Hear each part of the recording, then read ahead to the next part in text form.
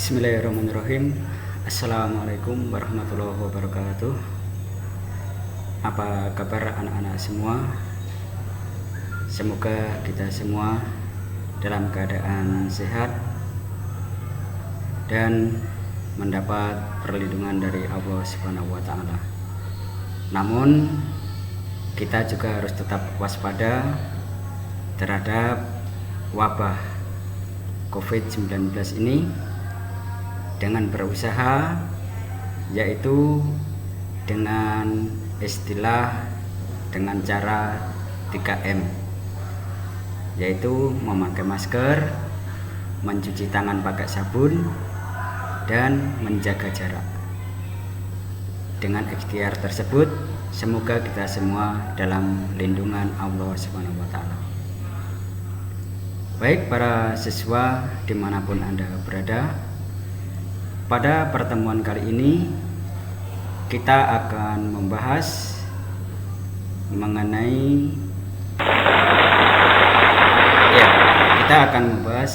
hubungan internasional. Namun sebelum kita memulai belajar, alangkah baiknya kita berdoa kepada Allah Subhanahu wa taala. Marilah para peserta semuanya berdoa menurut agama dan kepercayaan kita masing-masing. Berdoa mulai.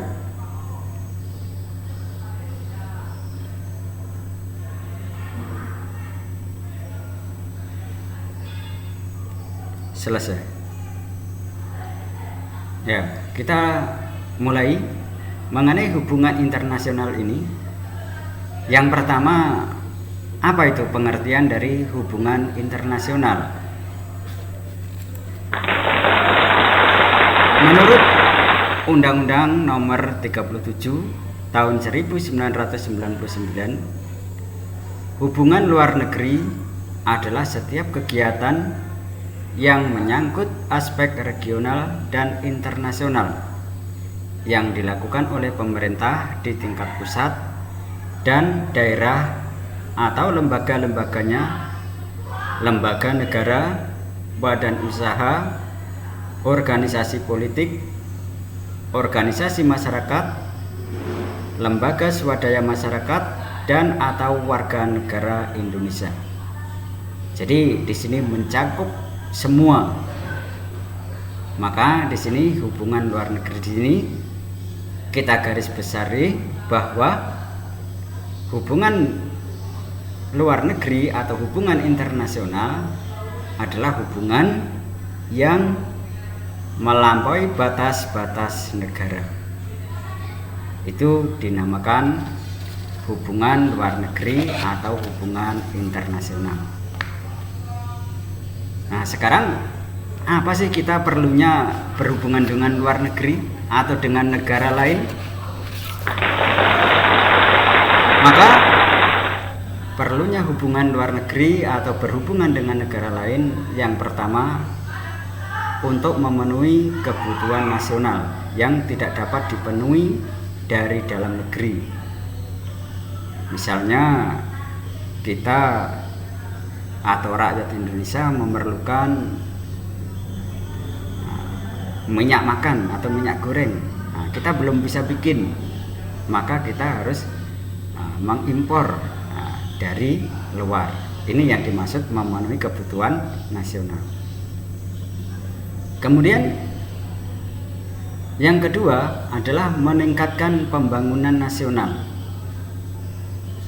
Misalnya dalam pembangunan infrastruktur, kita memerlukan banyak aspal misalnya. Kita kekurangan aspal, maka untuk lancarnya atau meningkatkan pembangunan, maka kita harus membeli atau impor aspal dari luar negeri. Yang ketiga yaitu menciptakan kehidupan dunia yang aman, tertib, dan damai. Maksudnya adalah kalau kita menjaga baik hubungan dengan negara tetangga, maka tentunya akan menciptakan yaitu kehidupan dunia yang aman, tertib, dan damai.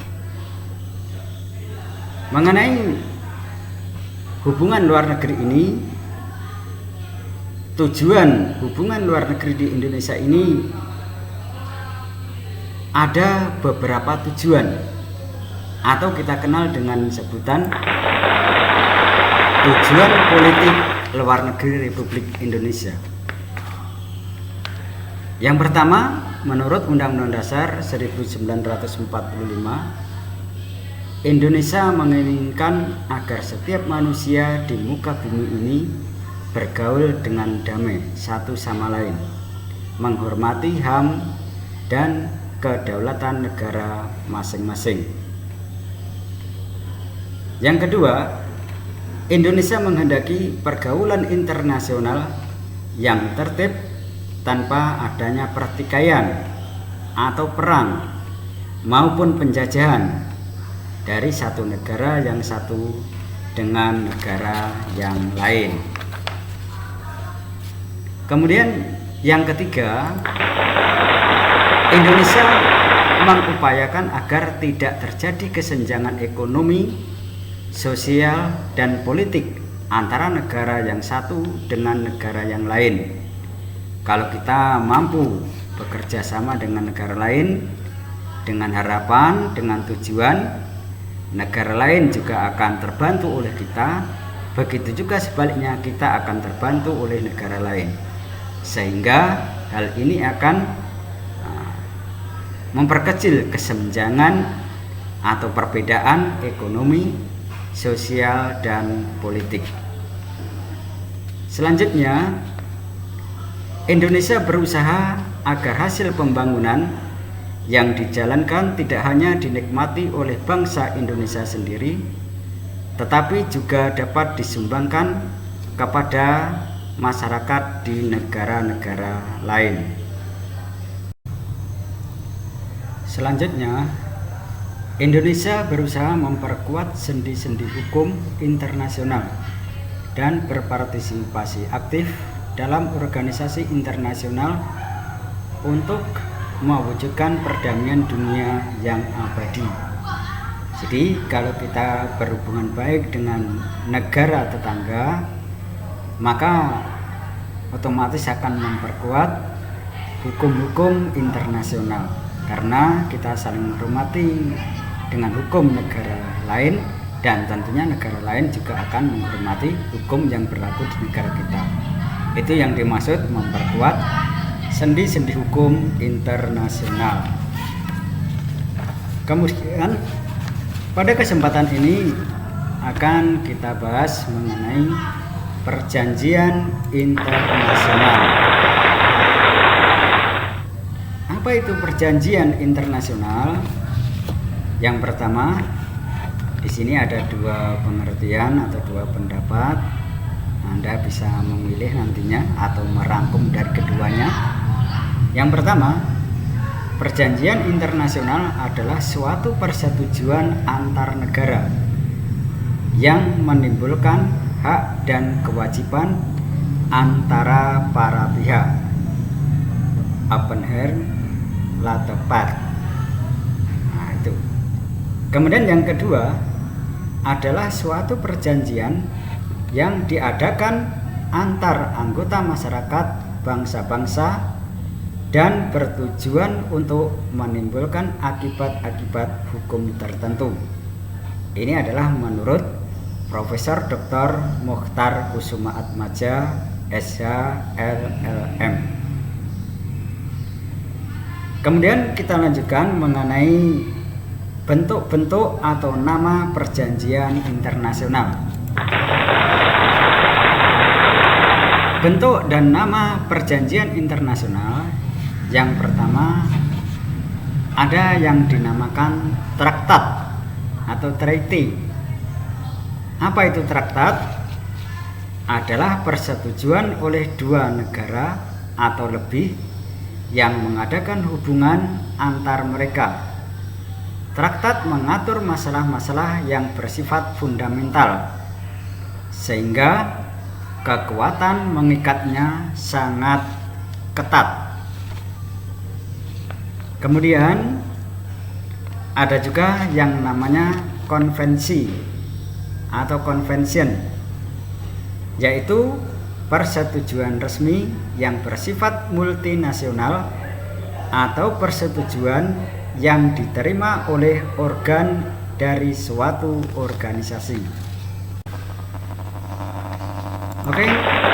Yang ketiga, ada yang dinamakan persetujuan agreement, yaitu suatu perjanjian internasional yang lebih bersifat teknis administrasi. Kemudian yang keempat, ada yang dinamakan protokol. Protokol adalah persetujuan yang isinya melengkapi atau suplemen suatu konvensi daripada umumnya dibuat oleh kepala negara. Selanjutnya masih perjanjian internasional, perikatan, yaitu aransemen, yaitu biasanya digunakan untuk transaksi-transaksi yang bersifat sementara dan bersifat tidak seformal traktat atau konvensi. Nah, ini macam-macam nama sesuai tingkatannya dalam perjanjian internasional. Kemudian bagaimana atau tahap-tahap untuk mengadakan perjanjian internasional? Oke, perhatikan tahap-tahap perjanjian internasional. Yang pertama adalah akreditasi, accreditation, yaitu petugas perundingan. Maka petugas perundingan harus dibentuk dulu oleh kedua belah pihak atau kedua negara. Kemudian setelah terbentuk, diadakan di mana, misalkan baru mengadakan perundingan tahap yang kedua, perundingan atau negotiation. Setelah mengadakan perundingan, kemudian yang ketiga, tahap berikutnya adalah penandatanganan, signatur daripada keputusan hasil perundingan. Setelah ditandatangani, baru yang tahap berikutnya adalah pengesahan atau ratifikasi. Pengesahan ini ditandatangani atau disahkan oleh kedua belah pihak dari kepala negara atau presiden atau raja. Setelah disahkan oleh kedua belah negara, tahap selanjutnya adalah tukar menukar naskah ratifikasi. Karena kan ditandatangani negara A, baru berikutnya diantar ke negara B. Kemudian saat mulai mengikatnya perjanjian internasional, kapan di dalam perjanjian itu mulainya kapan? Kemudian penyimpanan perjanjian internasional, disimpan di mana sebagai bukti seandainya nanti ada pihak-pihak yang ingkar janji atau melanggar. Kemudian pendaftaran dan pengumuman perjanjian internasional. Ini adalah di bawah Perserikatan Bangsa-Bangsa. Maka sampai di situ, yang terakhir adalah sahnya perjanjian internasional. Jadi kalau sudah masuk di Perserikatan Bangsa-Bangsa, maka perjanjian internasional dari kedua negara atau lebih tadi berarti sudah sah. Mungkin hanya ini yang bisa saya sampaikan mengenai hubungan internasional, dan saya tidak menafik. Anda seandainya kurang paham atau ingin menambah pengetahuan, Anda bisa mempelajari dari sumber-sumber lain yang tentunya yang sama atau yang sesuai dengan materi pembelajaran kali ini. Mungkin itu yang bisa saya sampaikan. Akhir kata, sekian dan terima kasih. Wassalamualaikum warahmatullahi wabarakatuh.